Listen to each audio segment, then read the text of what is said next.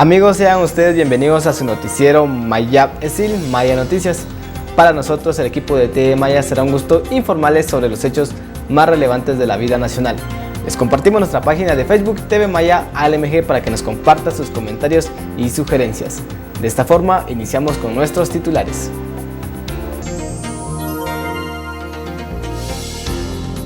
Seis de cada 10 niños sufren de desnutrición crónica. El 60.9% de todos los niños y niñas menores de 5 años se encontraban con desnutrición crónica. Familias desalojadas del Valle Polochic aún no reciben ayuda. Está obligado a garantizar la seguridad alimentaria de la población, pero también de su seguridad y de la búsqueda de resolver el problema, que es la tierra, ¿verdad?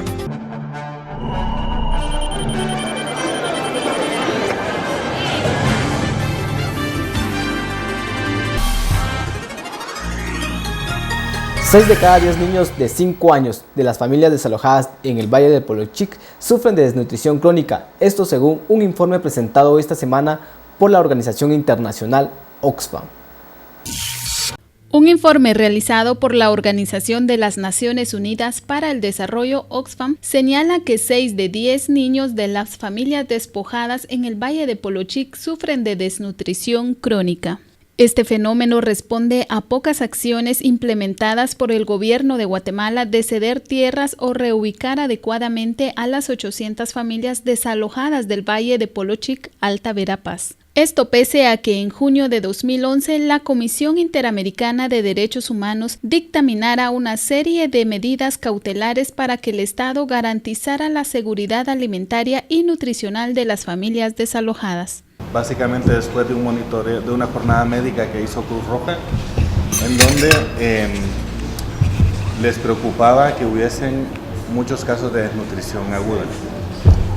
Atendiendo esta solicitud, hicimos una evaluación, intentamos llegar a la mayor cantidad de familias posibles, porque nuestra intención era hacer un censo. Sin embargo, como es población desalojada y se mueve constantemente para poder acceder a empleo, pudimos llegar a 302 familias, que es el 50% del total de todas las familias desalojadas que aún no tienen tierra. La metodología consistió en evaluar la situación nutricional de todos los niños menores y niñas menores de 5 años o de 6 a 59 meses para ser más precisos, para determinar cuál es la situación nutricional. También evaluamos otros aspectos relacionados con los medios de vida de las familias para determinar cuál es el nivel de inseguridad alimentaria en el que las familias se encuentran en este momento. Como resultados más relevantes, el 60.9% de todos los niños y niñas menores de 5 años se encontraban con desnutrición crónica. La media en el país de desnutrición crónica, según la última encuesta de salud materno-infantil de 2008-2009, es de 49.8%. Eso ubica a las familias del Polochic 12 puntos, con 12 puntos más de desnutrición crónica que la media nacional.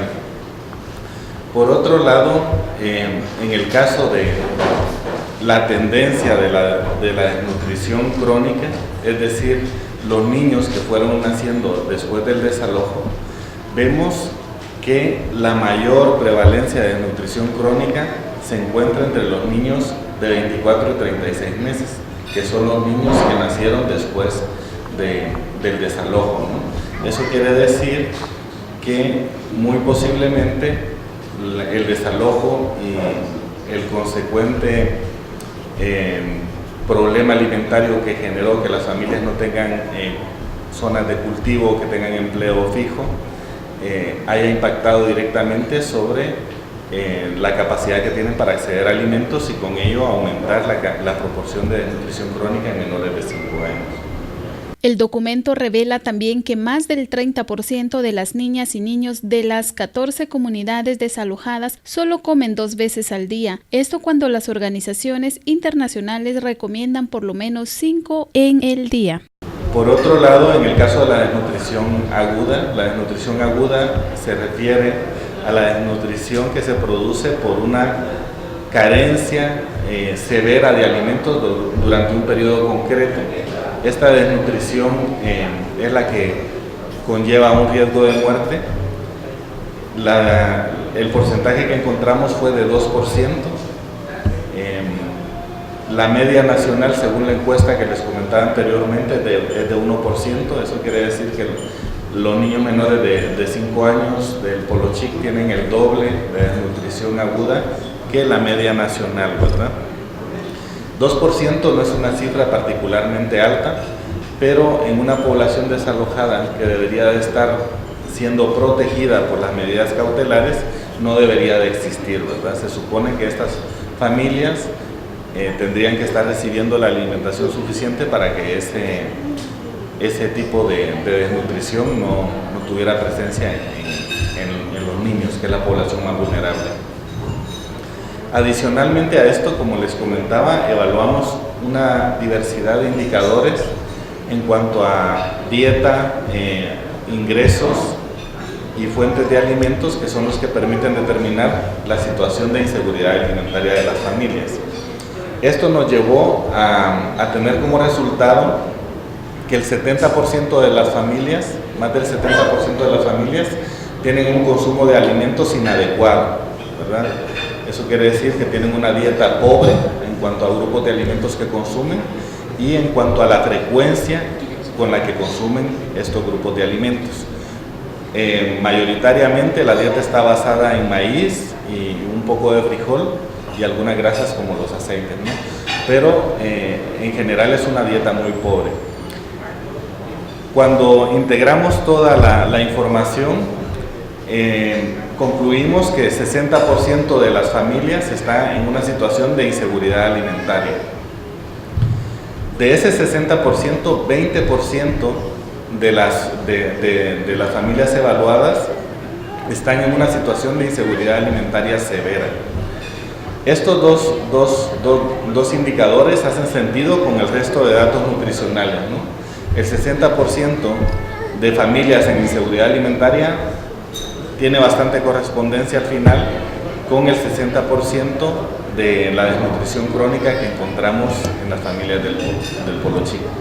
Lamentablemente los datos que hemos encontrado no nos sorprenden en Guatemala. El corredor seco, que es una zona bastante amplia del país y que ha estado siendo afectada durante los últimos 4 años por pérdida de cultivos en la agricultura de subsistencia, tiene prácticamente las mismas condiciones que las familias desalojadas del Polo Chico. Esto no hace para nada que los datos sean aceptables y en especial si tenemos en consideración que estas familias deberían de estar recibiendo una protección especial por parte del Estado debido al caso que se levantó sobre el problema de los desalojos. En conclusión, la situación alimentaria de las familias es bastante precaria y es necesario trabajar para superar y resolver ese problema de inseguridad alimentaria que afecta al menos al 60% de las familias del Polo Chico. Pese al compromiso asumido por el presidente Otto Pérez Molina en el 2012 de reubicar a 800 familias del Valle del Polo Chic, hasta la fecha únicamente 140 han sido beneficiadas, mientras 660 siguen viviendo en áreas precarias. Solo 140 familias de las 800 despojadas en el Valle de Polo Chic han sido reubicadas, mientras que 640 siguen viviendo en áreas precarias. Así lo informó Daniel Pascual del Comité de Unidad Campesina CUC.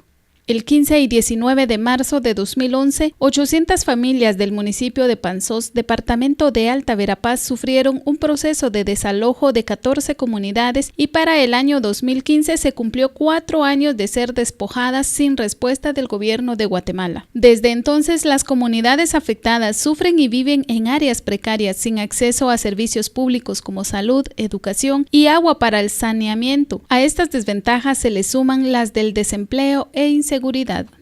A pesar de que el presidente de la República, Otto Pérez Molina, ratificara y se comprometiera el 23 de marzo de 2012 a la reubicación de estas 800 familias, 300 en cada año, hasta el momento solo se han reubicado 140 familias y 640 siguen viviendo en condiciones inestables. Hay que recordar las 800 familias del Valle del Polochic que fueron desalojadas.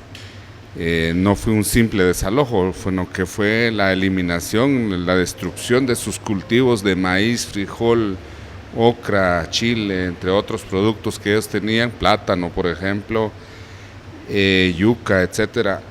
Eso, digamos, también podríamos decir que el Estado incurrió en la violación sistemática de otros derechos, no solo el de desalojo, sino que el violentar el derecho a la alimentación a partir de la destrucción de cultivos, el derecho a la vivienda, en fin, una serie de derechos, pero luego hay que recordar que se da unas medidas cautelares en junio del mismo año del desalojo, que fue el 2011, en donde el Estado está obligado a garantizar la seguridad alimentaria de la población, pero también de su seguridad y de la búsqueda de resolver el problema, que es la tierra, ¿verdad? Esto ya tardó, o sea, estamos hablando que llevamos 2011, 2013, 14 y 15, 3 años en donde el gobierno de Otto Pérez Molina estaba obligado, el Estado sigue obligado, el Estado, de garantizar estos derechos, lo cual ha sido incumplido, o sea, hemos visto que, digamos, más o menos al año ellos han recibido 12 quintales, o por decir así, 1.200 libras en alimentos, que incluye maíz, frijol, arroz, aceite, eso esencialmente. Pero los datos que Naciones Unidas tiene, que lo necesario para alimentar a una familia guatemalteca es por lo menos 30 quintales, o sea, 3.000 libras de alimentos al año que permita, digamos, garantizar su seguridad alimentaria. Esto no ha ocurrido, o sea, aparte de violar los derechos durante el desalojo, se han violentado también, se han incumplido las medidas cautelares, y eso ha llevado entonces a una situación de hambre en el interior en las comunidades del Valle del Polochic. Lamentablemente, hay que decirlo, son los niños y en segunda instancia las mujeres quienes están teniendo una situación gravísima en términos alimentarios. Estamos hablando que de cada 10 niños, 6 tienen desnutrición severa ya en algunos casos, y esto, si no se atiende, puede llevar a una mortandad de niños con enfermedades que podríamos decir son tratables, son manejables, y la responsabilidad del Estado sería mucho más grave. Nosotros nos urge a las comunidades del Valle del Polochic, al CUC, a Oxfam, que hemos hecho un gran esfuerzo porque se cumplieran las medidas cautelares, pero también hay compromisos más allá de las medidas cautelares que adquirió el presidente de la República cuando el 27 de marzo, cuando culminó una marcha indígena y campesina, asumió responsabilidad de dotación de tierras, de proyectos productivos, de proyectos de vivienda que permitiera, digamos, resolver ese problema. Y esos incumplimientos está llevando a una crisis humanitaria gravísima, podríamos decir, en el Valle del Polochic. El Instituto Universitario de la Mujer de la Universidad de San Carlos de Guatemala y Revista Mujeres presentaron la revista que lleva por nombre Voz y Palabra, centenario del nacimiento de Aleide Fopa, que aborda temas importantes sobre la escritora en los años 80. Mujeres de diferentes sectores participan en conversatorio Participación Ciudadana de las Mujeres Universitarias, Más Mujeres, Mejor Ciudadanía. Asimismo, participan en la presentación de la revista Voz y Palabra, dedicado al centenario del nacimiento de Alaide Fopa, una mujer intelectual y poeta. En este año fue dedicada a la intelectual, poeta, literata y profesora universitaria, investigadora Alaide Fopa, que fue una de las mujeres pioneras para incorporar los estudios de las mujeres y de género en las universidades en América Latina.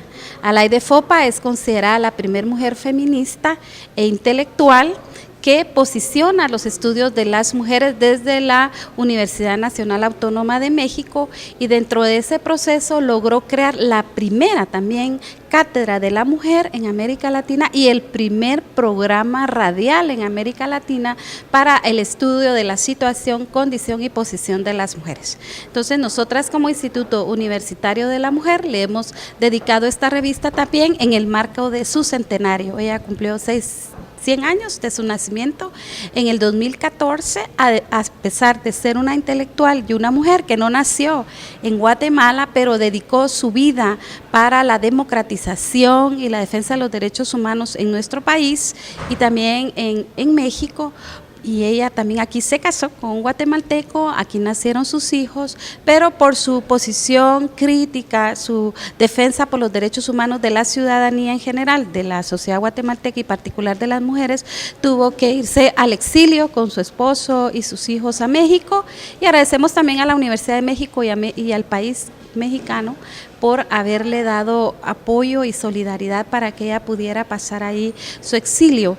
Y lamentablemente en la década de los 80 ella fue secuestrada y sufrió una desaparición forzada, por lo que sus hijos a la fecha siguen reclamando dónde está Alaide Fopa. Entonces, para las mujeres universitarias, para el Instituto Universitario de la Mujer, Alaide Fopa se constituye como un referente intelectual, se constituye como un referente académico, científico, que nos permita seguir estudiando desde estas perspectivas, desde esta especificidad, cuál es la realidad que vivimos las mujeres para transformar esas situaciones que vivimos en la actualidad de violencia, de pobreza, de discriminación y exclusión. Y por eso Alaide Fopa seguirá siendo una de las maestras y de las intelectuales que siempre desde una ética universitaria, académica, intelectual, científica y feminista, tenemos que recordar en la universidad y tenemos que impulsar los estudios de género.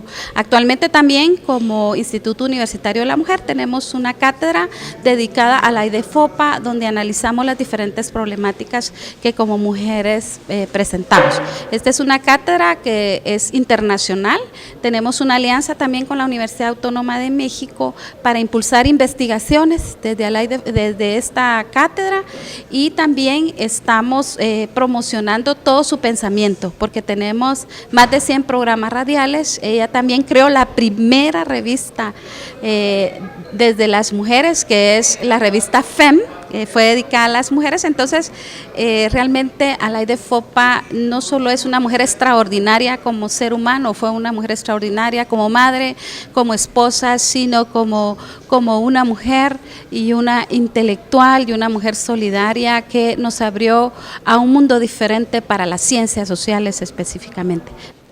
Alaide Fopa desapareció el 19 de diciembre de 1980 en la ciudad de Guatemala. Fue secuestrada y desaparecida junto con el chofer de mi abuela, Leocadio Actún Chiroy, y ninguno de los dos ha aparecido hasta la fecha. Nosotros participamos con Rigoberta Menchú en abrir el juicio en la Audiencia Nacional de España, cuando las posibilidades de buscar justicia en Guatemala parecían, si no imposibles, casi imposibles. Después, a partir del 2009, yo me vine a vivir aquí. Yo vivía en México y ya abrimos el juicio aquí en la Corte Suprema de Justicia, y lo abrimos también en Washington en la Comisión Interamericana de Justicia. Es un caso que maneja el GAM, el Grupo de Apoyo Mutuo, y que es un caso especial que le da seguimiento el Ministerio Público y la Procuraduría de Derechos Humanos.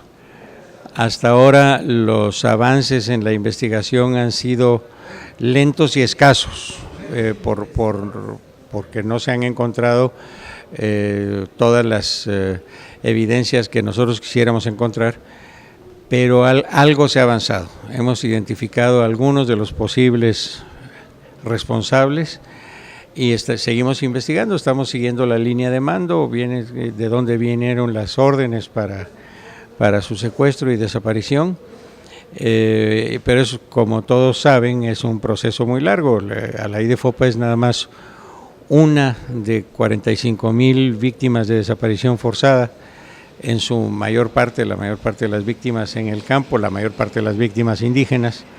El caso de mi madre es el caso de una intelectual, poeta, feminista, que desde México en el exilio trabajaba denunciando la situación de las violaciones a los derechos humanos en Guatemala. Por otra parte, es importante señalar que 3 de mis hermanos Juan Pablo, Mario y Silvia, eran parte del movimiento revolucionario en Guatemala. Mis hermanos Mario y Juan Pablo murieron en el conflicto armado interno y Silvia afortunadamente sobrevivió y vive aquí en Guatemala. Diferentes organizaciones presentaron una plataforma virtual en la que presentan 20 preguntas para determinar con qué partido político el ciudadano puede inclinarse en caso de no tener un candidato favorito. Diferentes organizaciones civiles con el apoyo de la cooperación internacional presentan plataformas que serán compartidas con el Tribunal Supremo Electoral para asegurar que las elecciones sean transparentes, democráticas y en el marco de la ley. Bueno, esta aplicación, porquienvoto.gt, es un sitio web que lo que intenta es complementar muchos esfuerzos que usan la tecnología para que en estas elecciones del 2015 toda la ciudadanía podamos tomar una decisión bien informada y con bastantes fuentes de información que nos hagan reflexionar sobre nuestro voto para que el día de las elecciones sea una elección que de verdad represente mejor a la población. Muy bien, el sitio de internet porquienvoto.gt tiene una serie de proposiciones a las cuales el usuario tiene que responder qué tan de acuerdo o qué tan desacuerdo está con cada una de ellas. Son 20 y después de realizar esas 20 y responder qué tan de acuerdo o qué tan desacuerdo está, le dice el nivel de afinidad que usted tiene con todos los partidos. Entonces primero le pregunta al usuario o a la persona cómo es que esa persona piensa, para luego decirle qué partidos piensan de forma similar y qué partidos piensan menos de forma similar. Exacto. Entonces de esa forma uno no puede decir solamente no hay nadie que me represente, sino que uno puede decir que ciertos partidos tienen más afinidad con uno y con su forma de pensar que otros. Pues el recorrido para llegar a las 20 preguntas que vemos hoy en el sitio porquienvoto.gt fue bastante largo. Comenzó en febrero de este año y tuvimos aproximadamente 150 preguntas. De esas, pues quitamos las que estaban repetidas o que podían como interpretarse de forma similar y después fuimos con expertos a validarlas y a convertirlas en proposiciones para que las personas pudieran responder. De ahí llegamos a un número de 44 proposiciones. Entonces, con esas 44 proposiciones fuimos a los partidos políticos, se las presentamos y les preguntamos les dijimos que ellos les dimos la oportunidad para que los partidos nos dijeran a esas 44 proposiciones qué tan de acuerdo, qué tan desacuerdo estaban, y de esas 44 seleccionamos las 20 que son más útiles para la diferenciación de partidos, es decir, las preguntas en donde los partidos tienen diferentes posturas, porque una postura en una proposición a la cual todos los partidos responden de la misma manera, pues no es tan útil para diferenciarla. Si por ejemplo, una proposición es: considero que un funcionario público debería ser removido de su cargo a través de una consulta popular. Otra es: la pena de muerte debería ser legal en Guatemala. Y una tercera quizás es: yo estoy de acuerdo con tener cuotas representativas de los pueblos indígenas en el Congreso. Gracias amigos televidentes por habernos acompañado en nuestra emisión de su noticiero Mayab Esil, Maya Noticias. Asimismo agradecemos a las personas que nos han hecho llegar sus mensajes por medio de nuestras redes sociales. Saludamos a todas las personas que nos ven en Santa Cruz del Quiché por medio del canal 84, a las personas que nos ven en San Miguel Espantán por medio del canal 5, asimismo a las personas que nos ven en San Pedro La Laguna y San Juan La Laguna. Los esperamos en otra próxima emisión con más información.